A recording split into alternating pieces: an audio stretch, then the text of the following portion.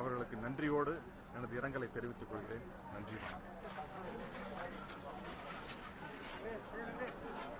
சுருக்கமாக சொல்லுங்கள். எங்கள் குடும்பத்தை பொறுத்தவரை என்னுடைய மூத்த சகோதரி என்று இல்லை.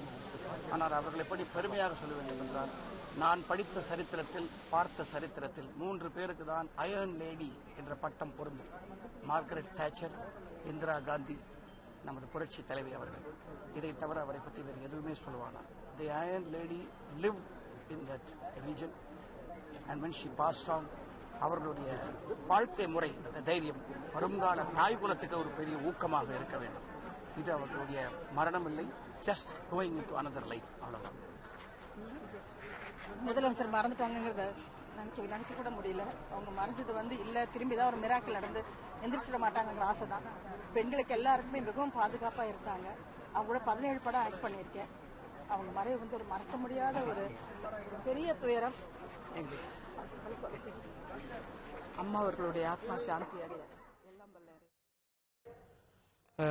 நடிகர் பிரமுகர்கள், பல்வேறு அரசியல் பிரமுகர்கள் என பத்திரிகையாளர்களை சந்தித்து உணர்வுகளை பதிவு செய்யக்கூடிய காட்சிகளை பார்க்கலாம். உங்களுடைய துறையில பணியாற்றி இருக்கிறாங்க அப்படிங்கறத நிச்சயமா நீங்க ஒரு பெருமையா கொள்வீங்க.